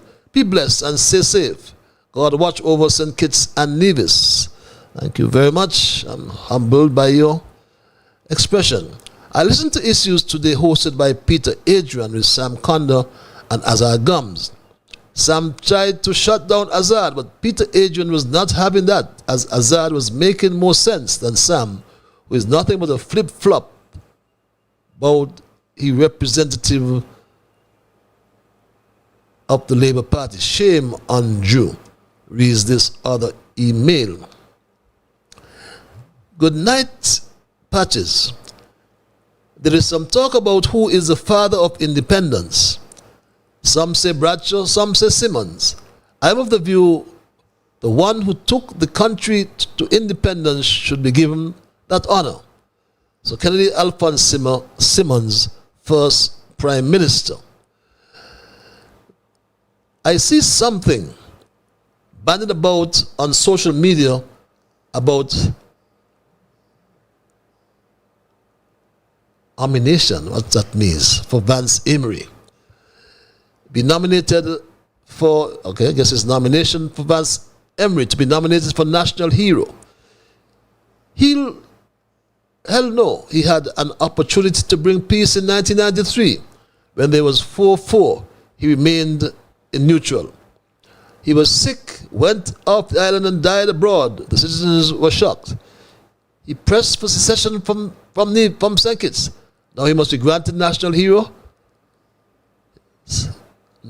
His status not deserving in my estimation. And that's the view of this emailer. This other email reads, it is a fact that the PM of St. Kitts Nevis has no say as to what goes on as a sale of government lands in Nevis. Reads this other email. And this email reads, time longer than twine. These ministers of government seem to just be up and down, living out their own personal fantasies and dreams, while we the people are stuck in a nightmare. Another question, perhaps you can excuse our ignorance, with the Prime Minister asking that he not be dragged into the land issues in Nevis. Is it possible that the Premier of Nevis could have handled this entire matter in Nevis without the involvement of the federal government? Interesting question. And yes, my Stray Dog family, at 21 minutes before the 10 o'clock hour, for those of you who have joined me for the first time, Straight Talk, for your information, is heard every Monday and Thursday from 8 to 10 in the PM. We have our observations and review. Then we move to what we call our thesis. And our thesis for tonight, we are looking at St. Kitts Nevis and Anguilla National Bank on the criminal investigation. Let's go to the lines and say good night. Caller, you're live. Yes, and good evening to your party. Good evening, my dear. I think I recognize that voice. I haven't heard that voice for a long time. Yes. Peaceful. I can. You don't hear me. I hear you, sir. I do, okay. Yes, you keep hearing me. You say you don't hear me. You hear me. Okay, my dear. I take that. That's okay. Not bad. I see the dimples then. Maybe I don't see them. Yeah, okay. What a coming to say. That's what? We have a set of headless.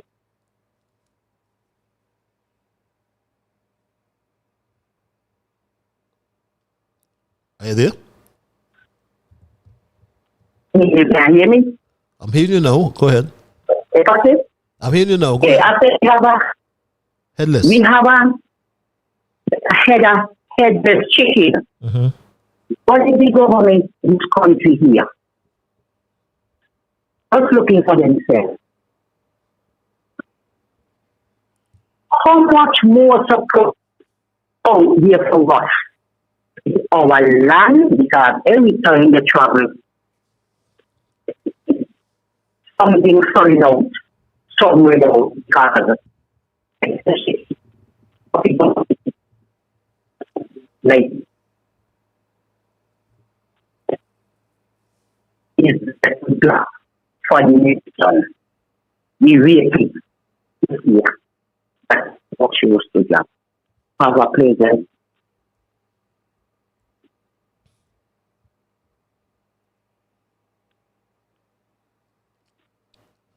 Are you still there? You seem to be going. You seem to be going in and out. I don't know if it's the position you're calling from. Or is it? I wonder how much more should get to draw on the nation Okay. because they don't read, they just go and sign. Okay. So, how much more people need to come in to claim part of things? That's what I ask. Because there is headless chicken. They know what they're doing. Okay. Yes, so you have a pleasant night. Okay. Thanks a lot for your contribution as well. You do have a pleasant night likewise. And we do apologize for the quality of that telephone call. And if you have just joined us, my Street Dog family, we have confirmation from none other than the Office of the Director of Public Prosecution that a criminal investigation has been launched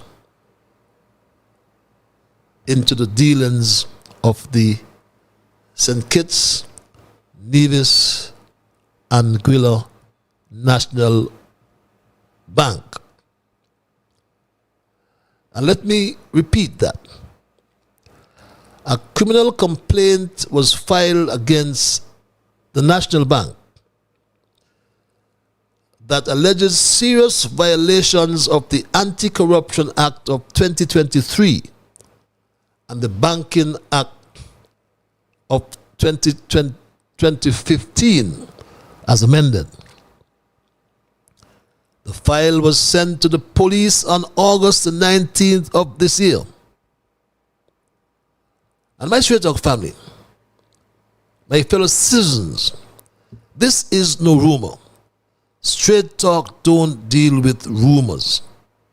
This is no whisper campaign. Straight Talk don't deal with such campaigns. This is the truth. We always present you with the truth. And truth, as I said, has no agenda. It is just what it is, truth. I know that it is normal. It is anticipated. It is expected that whenever I come to Straight Talk and tell you about something, I provide the documentary evidence. I place on the public record that it has come to our attention here at Straight Talk that the St. Kitts, Nevis, and Guilla National Bank is under criminal investigation by the White Collar Crime Unit of the Royal St. Christopher and Nevis Police Force. This investigation stems from a 31-page criminal complaint filed at the Office of the Director of Public Prosecution, the DPP, Adlai Smith, since June the 20th, 2025, by the local company. The DPP had this complaint for 2 months, but give him the benefit of the doubt. He comes across like a thorough man. Remember when he was investigating the murder, the homicide, vehicular homicide, how long it took? Well, he had this complaint for 2 months. And he must have deemed the allegations serious enough to warrant a comprehensive investigation by the police. So therefore, 2 months thereafter, on August the 19th, Adlai Smith sent the file to the white-collar crime unit of the police to commence the investigation.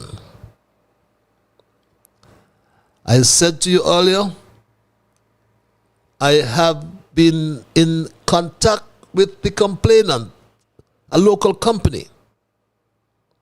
I tried as well to contact the other party that has been complained through its managing director, Terence Crosman. Unless Terence Crosman has discarded my telephone, then he ought to have my number. And if he's hearing me, someone will tell him that Ian Patches Liber tried to touch base with him so I can get his side or the bank side of the story. It's nothing new, Terence, you know. We've always contacted each other since I've been on Voices. So I wanted to give you that right of refusal to speak to Straight Talk about this criminal investigation. If you do not contact me, then I can assure the listening audience that come Monday, God's spear, I would release all the documents in my possession that speaks to the complaint. I will do that come Monday. Come Monday, I'll share the PowerPoints on your screens. So, yes, I know perhaps you are looking for more tonight, but in retrospect, I thought I would give the managing director of the bank an opportunity to at least here's the facts that we have in our possession. But the fact that the office of the DPP took almost 2 months before sending the file to the police to commence the formal investigation, that in itself is very instructive, my Straight Talk family. This suggests that DPP Adlai Smith took ample time to assess the seriousness of the allegations of criminal conduct against the largest indigenous bank in the Eastern Caribbean, and was satisfied that the allegations met the merits of the threshold to warrant a full police investigation. Straight Talk therefore holds the DPP Adlai Smith to his commitment, holds him to his commitment to the rule of law and pursuit of justice. I'll get to the lines and come back to that, my Straight Talk family. Caller, you're live. Thank you. Hello, caller. Yes. Good night, Brother Patches. Good night, sir. Good night to all the listeners. I hope everyone are listening keenly about the corruption that is in our federation. White collar crime and criminals. That is, right now, only 3 people are voicing for the people. And to whom it may concern, the names, you the number one. I, Winston Welcome, number 2. And Burl Jones, number 3. We are not hearing others. I assume they are hiding behind the cloak of anonymity. It is about time to come out and speak out and protest. What is the fear? There are no fear. The greatest fear is fear itself. These people, they are cowards. They are dictators, but they have no power. They are done. Let us done them at the ballot once and for all, as they will continue go away with this. And the longer they stay, the more damage they are done. But guess what? Like I said, I am a candidate for the next upcoming election, and I am going to hunt down all of you if the people give me a chance.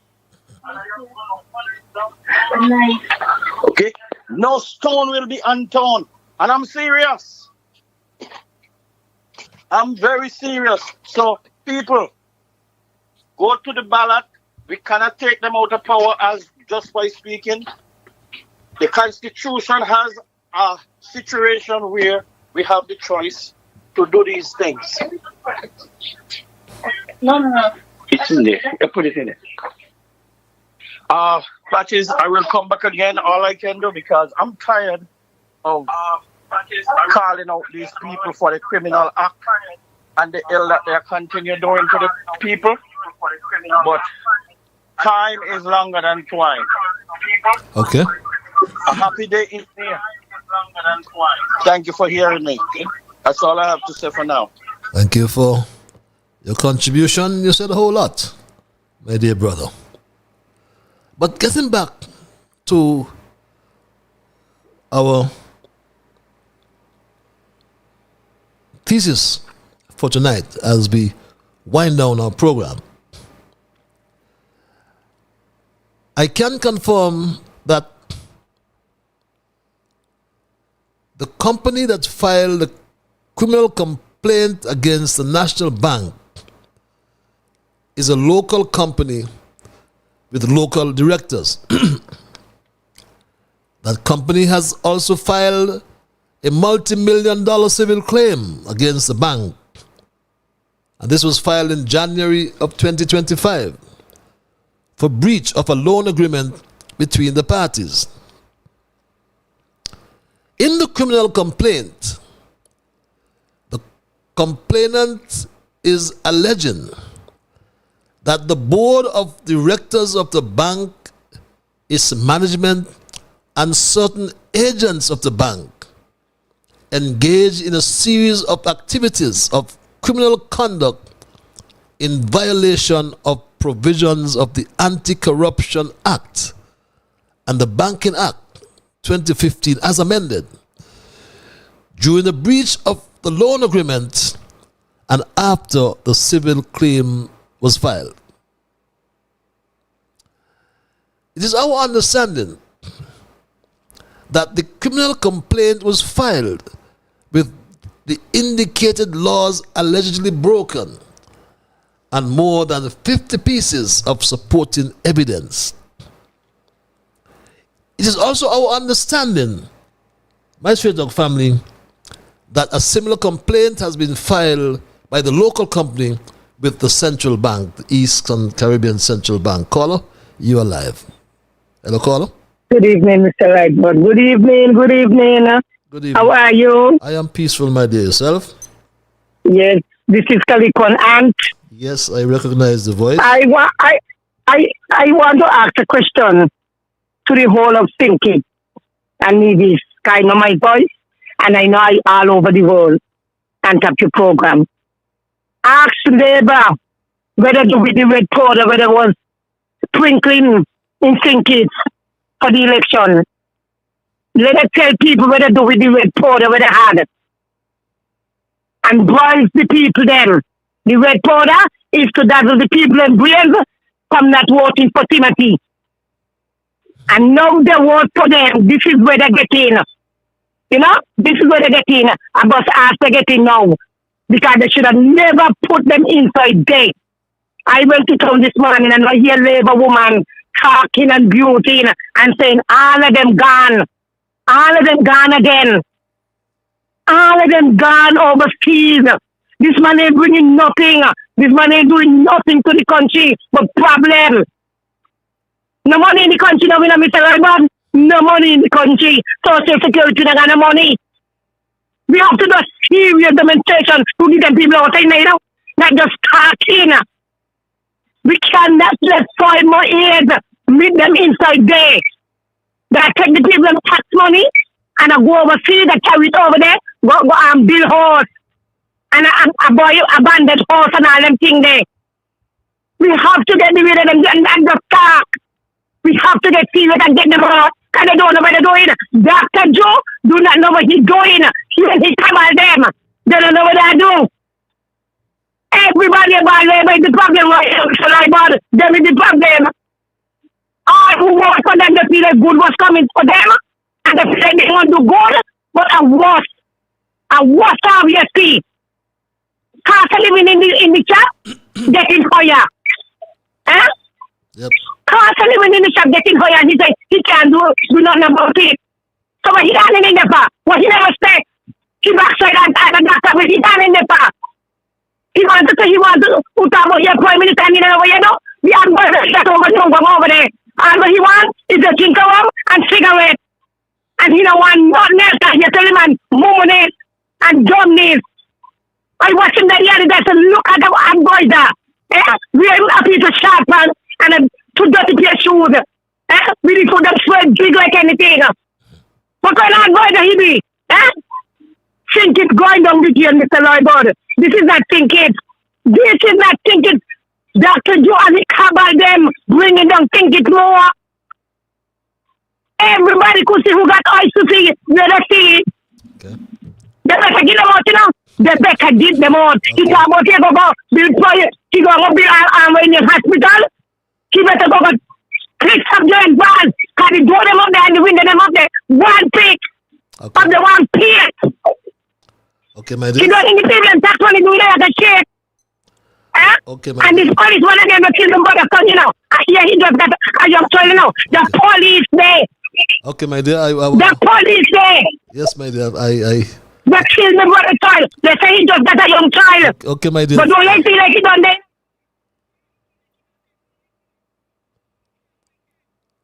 Okay, my. Okay, my dear, thanks a lot. Thanks a lot. He's listening to me. No. Yeah. No. Okay, my dear, thanks a lot. Yes, have a wonderful night as well, my dear, and always so passionate, I can understand. But thanks for your intervention.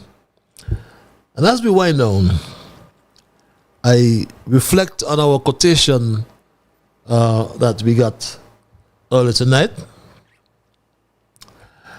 And I quote, wherever there is power, greed, and money, there is corruption. Wherever there is power, greed, and money, there is corruption. And the investigation of the St. Kitts, Nevis, and Guila National Bank likely represents the first time in almost 55 years, yes, that the bank will be under criminal investigations. And I want to make the point, as I wind down tonight, that the allegations and an investigation of the bank do not automatically mean that the bank is guilty of any of these allegations. However, the fact that the office of the DPP reviewed the file for nigh 2 months before sending it to the white collar crime unit to demand an investigation suggests that the allegations are meritorious and thus demanded a full investigation of the facts and evidence by the complainant against the bank. And this raises some serious legal and ethical questions. There's a view that the board should step down. Not certain if that view is supported from a good governance perspective, at least not the entire board. But those who, in fact, there are two whose names have come up, they must at least step aside. Because the questions would arise: what if the board manipulates or destroys potential evidence before the investigation is completed? And these are some of the issues, and we hope that these questions will be answered and that there will be a full ventilation of the criminal conduct alleged against the bank over the coming weeks. We know that the bank is majority owned by the federal government of St. Kitts and Nevis. The board and management of the bank are public officers. Consequently, their actions while in public office are governed by the Integrity in Public Life Act and the Anti-Corruption Act 2023. But they have breached our trust. The board of this bank comprised of public officers. Their actions are governed not only by law but by a sacred trust between the government and the governed.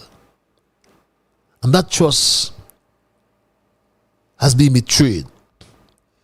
You've heard whispers of conflicts of interest. We have heard of incestuous business dealings. We have heard of collusion of cover-ups and of corruption. And straight talk promises to reveal all the information come Monday. Tonight, as I said, I wanted to give the managing director, Terence Crosman, an opportunity to respond, or give him a right to refuse to respond if he so desires, to apply that right to the allegations. He has not returned my call. But I always like to have a balanced story. I never want to speak to the complainant and not to the managing director. That's why I called him. But no one is above the law. Not ministers, not board members, not the connected few. So come Monday, it's about transparency, and I release all the information that I have, all the communication confirming that the bank is under investigation by the White Collar Crime Unit. It's about a government that tells its people to tighten their belts, but they loosen the rules for their friends. A government that silences whistleblowers, watchdogs, and rewards wrongdoers. A government that forgets that they were elected to serve you and not themselves. To serve us, I should say, and not themselves. So I call on every patriotic Kittitian and division, regardless of party, religion, or class, to stand up. Stand up for justice. Stand up for accountability. Stand up for your children and your country. We must fix this, and we must fix this now. Not after election. Not at all. Not after the next election. We must fix it now. Tonight, the silence is broken. And when justice is delayed, corruption grows bolder. And the people remain silent, tyrants prosper. The people are watching. The people are waiting. And the people will not be fooled again. The St. Kitts, Nevis, and Anguilla National Bank operates like a government department. How could the Minister of Finance negotiate with the borrower on behalf of the bank? How could they? An order was given by the High Court judge, Tamara Gill. But my Straight Talk family, as we wind down tonight's programming, Joe spoke about negotiating on behalf of the bank. How could Joe negotiate on behalf of the bank? I address you today to speak directly and transparently about a remarkable new chapter in the development of our beloved country. I refer, of course, to the official sale of their marina assets and operations at Christoph Harbour to the world-renowned Safe Harbour Marinas LLC. This move was not hasty. The Darby family, the government of St. Kitts and Nevis, and Safe Harbour Marinas engaged in detailed, respectful, and accountable negotiations, resulting in a sale that benefits the people of this country in tangible, measurable ways. After meticulous negotiations, this government has secured direct payments of nearly 25 million Eastern Caribbean dollars from this transaction. These direct payments, which are only a portion of the sale price, are funds that are going straight back into our public institutions, settling long-standing debts and restoring financial order that was lost. My Straight Talk family, it was lost because they never adhered to the court order. The upset price for $25 million on 430 acres of land. Money owed to the bank. So to whom has the other part or portion gone to? How can Terrence Michael Jude negotiate on behalf of the National Bank? Remember, I told you, I showed you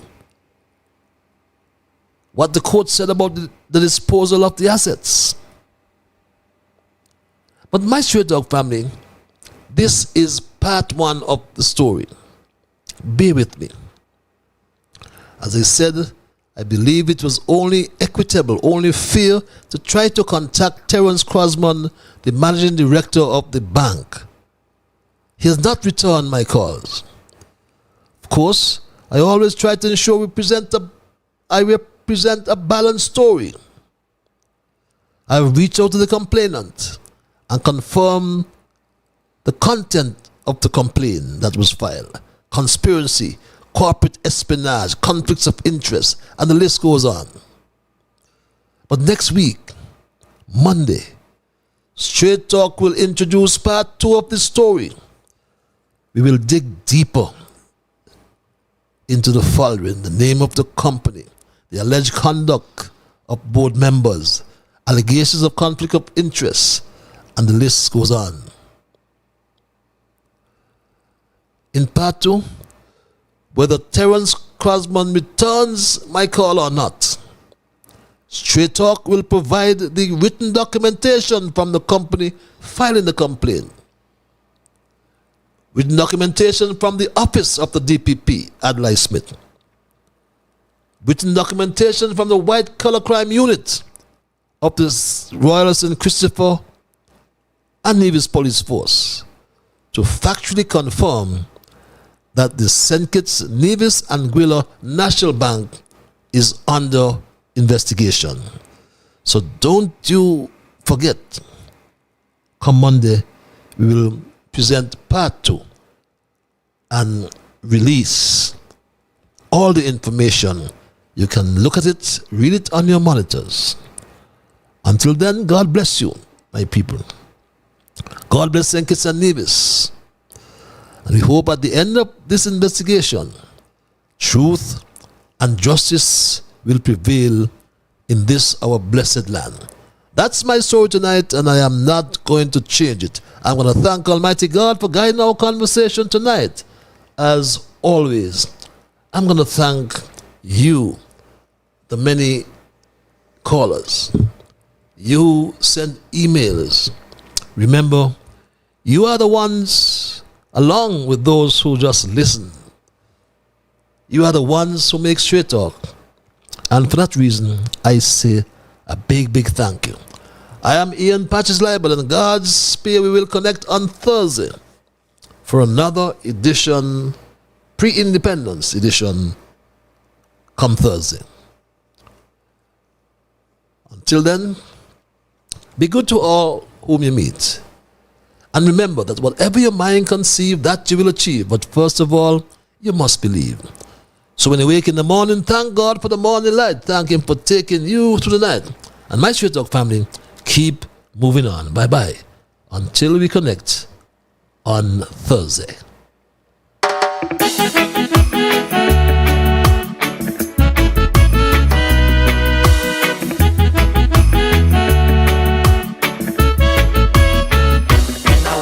The morning, I thank God for the morning light. Give Him thanks and praises for taking me safely through the night.